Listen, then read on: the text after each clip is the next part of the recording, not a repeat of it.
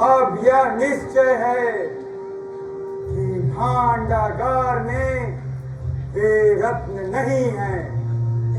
यह तो आपने स्वयं देखा सम्राट, किंतु भांडागार से उन रत्नों की चोरी हो जाना तो आश्चर्यजनक है।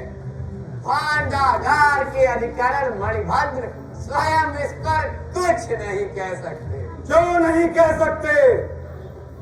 मणिभद्र, भांडागार से वे रत्न कैसे चोरी चले गए?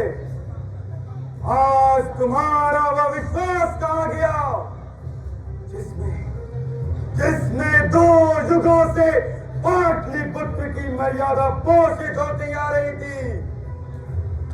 आज वह विश्वास कहाँ गया जिसने मैंने तुम्हें कोणार्क, कांची और देवराष्ट्र की संपत्ति सौंपी थी? आज वह विश्वास कहाँ गया जिसमें लिच्छवी वंश का गौरव निवास करता आ रहा है? क्या उस विश्वास में विष प्रवेश कर गया? बड़ी से बड़ी संपत्ति की रक्षा करने का अनुभव लेकर भी तुम 2 रत्न खंडों की रक्षा ना कर सके। इन 2 रत्न खंडों के चिंगारियों ने मेरे हृदय में आग लगा दी है। यदि तुम्हारे ये श्रम बिंदु रक्त बिंदु बन जाते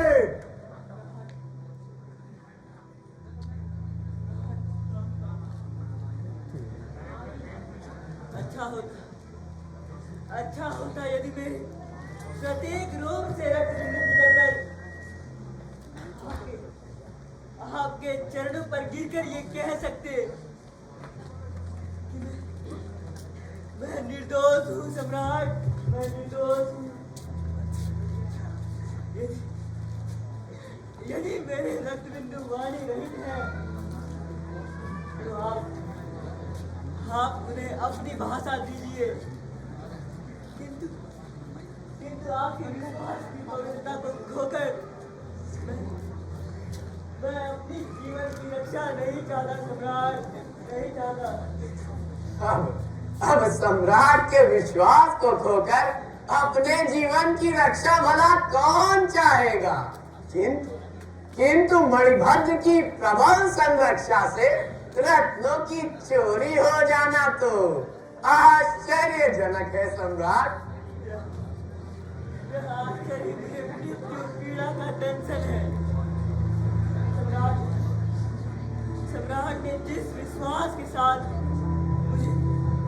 मुझे अश्वमेध यज्ञ की संचित निधि सौंपी थी, उसी विश्वास से मैंने उन रत्नों की संरक्षा की थी। फिर भी शासनकाल वे राज भांडागार में नहीं पाए गए सम्राट, नहीं पाए गए। भांडागार के एकमात्र अधिकारी तुम ही हो मणिभद्र। फिर तुम्हारे आज्ञा के बिना वहाँ कोई प्रवेश ही कैसे कर सकता है? यही तो आश्चर्य है सम्राट। आश्चर्य से अपराध छिपाए नहीं जा सकते धवल कीर्ति। रात के सहस्त्र जीवाएं हैं जो अग्नि शिखा के भांति चंचल हो सकते हैं, और तुम यह जानते हो मणिभद्र कि भांडागार की रक्षा क्या है? वह कृपान के दर्पण में बंद की हुई छाया है जो कृपान से अलग नहीं की जा सकती। मैं अपनी मृत्यु अपने हाथों में लेकर आया। रत्नों का खो जाना ही मेरे सबसे बड़ा अपराध है। मुझे केवल और केवल अपने भाग्य दोष का दुख है। यश और कीर्ति के साथ सम्राट की सेवा 25 वर्षों तक करने के अनंतर इस भांति अपयश से मेरे जीवन का ऑन करो, उसको स्पीकर ऑन करो। सम्राट, मैं आपसे अपनी मृत्यु मांगने आया हूँ सम्राट, मैं आपसे अपनी मृत्यु मांगने आया हूँ। तुम्हें भी मुझसे मृत्यु मांगने की आवश्यकता है। सत्य है सम्राट, सत्य है। मैं अभी तक अपने जीवन की समाप्ति कर चुका होगा, किंतु आपके समक्ष अपनी आत्मा के पवित्रता के दो शब्द कहे बिना मुझे परितोष ना होता सम्राट, मुझे परितोष ना होता। किंतु अब मैंने अपने मन की बात आप तक पहुंचा दी है। अब मुझे आज्ञा दीजिए सम्राट, मुझे आज्ञा दीजिए। ठहरो मणिभद्र, तुम्हारे उत्तरदायित्व के साथ इस राज्य का भी उत्तरदायित्व है। यदि तुम्हारे अधिकार में संचित की हुई अश्वमेध यज्ञ की सारी संपत्ति भी नष्ट हो जाती तो मुझे उतना दुख न होता जितना इन दो रत्नखंडों के चोरी से हुआ है। इन दो रत्नखंडों के चोरी ने मेरे हृदय की सारी शांति और पवित्रता छीन ली है। सम्राट, उन रत्न खंडों का संबंध भी पवित्रता से ही था। वे रत्न सिंघल द्वीप की राजमहिषी के कंठहार के प्रधान रत्न थे, जो उन्होंने बड़े विश्वास से आपकी सेवा में भेजे थे सम्राट। राजमहिषी के कंठहार से? हाँ सम्राट, मैं ही राजदूत बनकर सिंघल द्वीप से यह संपत्ति लाया था। जब सिंघल के महासामंत श्री मेघवर्ण ने बोध गया में एक विशाल मठ तथा भगवान बुद्ध की प्रतिमा के निर्माण के लिए 1,00,000 स्वर्ण मुद्राएं स्वर्ण पात्रों में सुसज्जित की, तब यह देखकर राजमहिषी के नेत्रों में श्रद्धा एवं प्रेम के अश्रु भर आए सम्राट। उन्होंने उसी क्षण महासामंत से प्रार्थना की कि उनके कंठहार के 2 प्रधान रत्न आपकी सेवा में उपस्थित किए जाएं, ताकि वे रत्न भगवान बुद्ध की प्रतिमा के चरण अंगुष्ठ नखों के स्थान पर विजड़ित हो सके। वे रत्न जैसे राजमहिषी की श्रद्धा एवं प्रेम के 2 पवित्र अश्रु बिंदु थे सम्राट, जो आज खो गए सम्राट। इन अश्रु बिंदुओं के खो जाने से भगवान बुद्ध के चरणों में राजमहिषी की श्रद्धांजलि न चढ़ सकेगी सम्राट। प्रतिमा अपूर्ण रहेगी सम्राट, अपूर्ण रहेगी। तो सुनो धवल कीर्ति, तुम सिंघल के राजदूत हो, मेरे महासामंत की भेंट लाने वाले। आज मैं तुम्हारे समक्ष यह प्रतिज्ञा करता हूं कि यदि सम्राट समुद्रगुप्त उन रत्नों को न खोज सका, वह अपने राज्य अधिकार का ध्यान छोड़ भगवान बुद्ध देव के प्रतिमा के सामने कठोर प्रायश्चित करेगा। सम्राट, रुको राजदूत, यह प्रतिज्ञा समस्त साम्राज्य के भाग्य निर्णय के साथ घोषित की जा रही है। यह बुद्ध देव के प्रति मेरे अपराध का दंड है, राजमहिषी के विश्वास की रक्षा न कर सकने वाले का प्रायश्चित है। मेरी घोषणा प्रचारित हो और राज भांडागार के अधिकरण का कलंक भी अमर हो। वह किस रूप में हो, इसका निर्णय अभी होगा। सम्राट, आपके इन शब्दों में मृत्यु भी मेरा उपहास कर रही है। जीवन का एक एक सूल की भांति मुझे चुभ रहा है। सूल की भांति मुझे चुभ रहा है। सम्राट, मैं आपकी सेवा से जाने की आज्ञा चाहता हूँ, जिससे मैं अपने इस कलंकित जीवन को और अधिक कलंकित ना कर सकूं। सम्राट, ना कर सकूं। मुझे आपकी सेवा से जाने की आज्ञा दीजिए सम्राट, आज्ञा दीजिए। नहीं मणिभद्र, मेरे प्रतिज्ञा में तुम्हारी सहायता अपेक्षित होगी। तुम्हारे आत्महत्या से मेरा अपराध मिटेगा नहीं। मुझे तो कुछ बातों को जानने की आवश्यकता है। सम्राट, यदि एकांत की आवश्यकता हो तो मुझे आज्ञा दे सम्राट। नहीं धवल कीर्ति, ठहरो। तुम्हारे ही संरक्षण में ये मठ और प्रतिमा निर्मित हुई है, इसीलिए तुम्हारी भी उपस्थिति आवश्यक होगी। मुझे पूर्ण विश्वास है कि तुम अपने प्रयत्नों से मेरे प्रतिज्ञा में सहायता अवश्य पहुंचाओगे। विश्वास पात्र मणिभद्र, सर्वप्रथम वे रत्न तुम्हारे अधिकार में कब आए?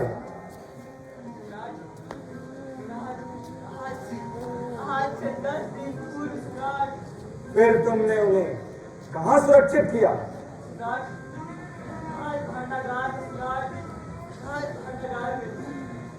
अंतरंग प्रकोष्ठ में क्यों नहीं? मुझे यह धवल कीर्ति से सूचना मिली थी कि मठ और प्रतिमा का कार्य संपूर्ण हो गया है और वे शीघ्र शिल्पियों को सौंप दिए जाएंगे। अतः तुम्हें अंतरंग प्रकोष्ठ में रखने की आवश्यकता है। महासामंत से मुझे यही आज्ञा मिली थी सम्राट कि मैं शीघ्र मठ और प्रतिमा के निर्माण का कार्य संपूर्ण कर दूं और सिंघल द्वीप के भिक्षुओं को बोध गया में बड़ा कष्ट होता है। इसीलिए उनकी सुविधा हेतु मठ का निर्माण आवश्यक था सम्राट। किंतु इसमें आपकी भी प्रशंसा नहीं की जा सकती सम्राट कि भागवत धर्म में आचरण रखते हुए भी आपने बौद्ध भिक्षुओं के लिए मठ निर्माण की आज्ञा दे दी सम्राट। ये मेरी प्रशंसा का अवसर नहीं है धवल कीर्ति।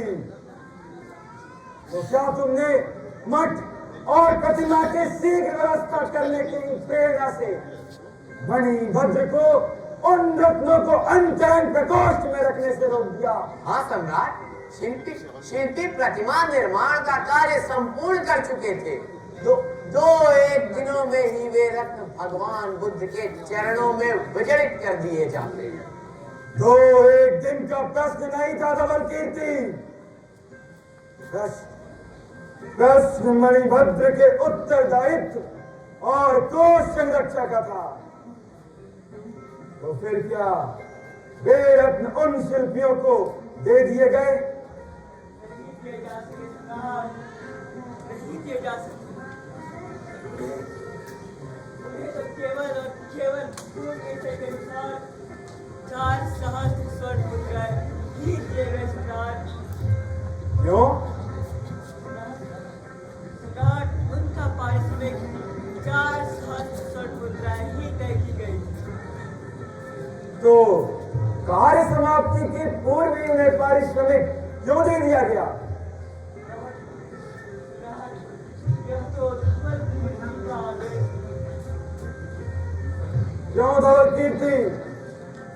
क्या तुम्हारा यह निर्देश सत्य है? सत्य है सम्राट। मैं उन शिल्पियों से अति प्रसन्न था। वे शिल्पी अत्यंत सात्विक प्रवृत्ति वाले हैं। मुझे विश्वास था सम्राट कि वे पारिश्रमिक मिलने के पश्चात भी रत्न जड़ने का कार्य संपूर्ण करेंगे। ऐसे कितने शिल्पी थे? केवल 2 थे सम्राट। उनके नाम घटोत्कच और वीरबाहु सम्राट। इस समय वे कहाँ होंगे? इस समय तो वे अपने आवास स्थल पे होंगे सम्राट। नहीं सम्राट, वो इस समय बंधन में, मैंने ही उसे बंदी बनाया। जब से रत्न कुछ चोरी का समाचार प्रसिद्ध हुआ था, तब से मैंने उन शिल्पी को बंदी बना लिया। मैं उन्हें मणिभद्र के पास लाया था सम्राट। वे बाहर है, आपकी आज्ञा हो, आपके समक्ष अर्पित करूं। मैं तुम्हारी सतर्कता से प्रसन्न हूं महाबलाध्यक्ष। यद्यपि मैं जानता हूं कि वे शिल्पी निर्दोष हैं, फिर भी मैं उनसे विचार विनिमय करना चाहता हूं। उन्हें यहाँ शीघ्र उपस्थित करो। जो आज्ञा सम्राट।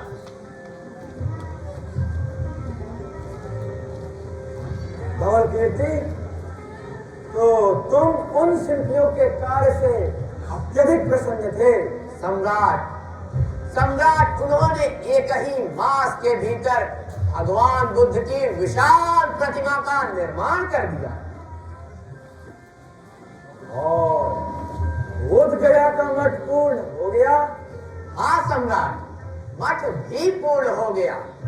1 सहस्र भिक्षुओं के निवास योग्य स्थान है उसमें, तथा उसमें कला कुशलता की चरम सीमा उपस्थित की गई है। कला कुशलता की चरम सीमा से क्या तात्पर्य है? सम्राट भगवान गौतम के जीवन का प्रत्येक चित्र दीवारों पर अंकित है। महामाया का स्वप्न, गौतम बुद्ध का जन्म, शाक्य नरेश का सुखोत्सव, वैराग्य उत्पन्न करने वाले रोग, जरा और मृत्यु के चित्र, भगवान बुद्ध का महाभिनिष्क्रमण, फिर उनकी तपस्या एवं उनके विराट बोधिसत्व का रूप, संघ को उपदेश देते उनके चित्रों में महान ऐश्वर्य और विभूति है सम्राट। और भिक्षुओं की सुविधा का क्या प्रबंध है? सम्राट, प्रवज्ञा की समस्त सामग्री प्रत्येक कक्ष में सिंचित है। चीवर आदि की व्यवस्था देश के अन्य मठों से इसमें विशेष रहेगी। संक्षेप में, किसी भी भिक्षु को अब लौकिक अथवा पारलौकिक दृष्टि से कोई असुविधा हो ही नहीं सकती। तब तो मठ के समस्त शिल्पियों को राज्य की ओर से पुरस्कार प्रदान किया जाएगा। घटोत्कच और वीरबाहु को तो विशेष रूप से।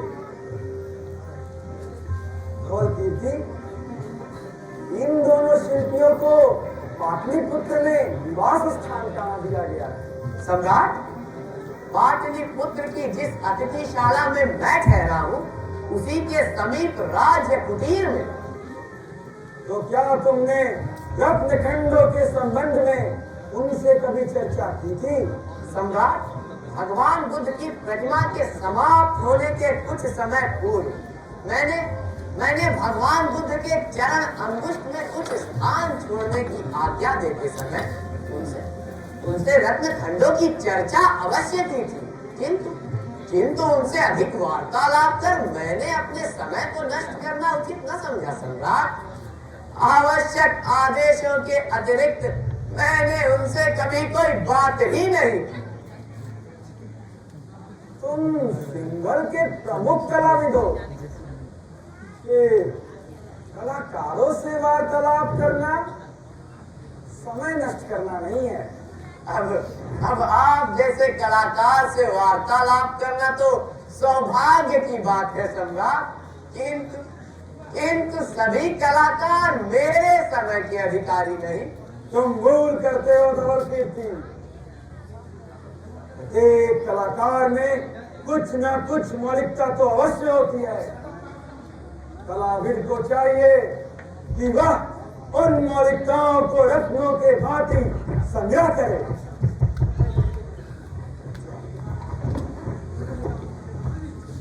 लीजिए सम्राट, शिल्पी भी आ गए।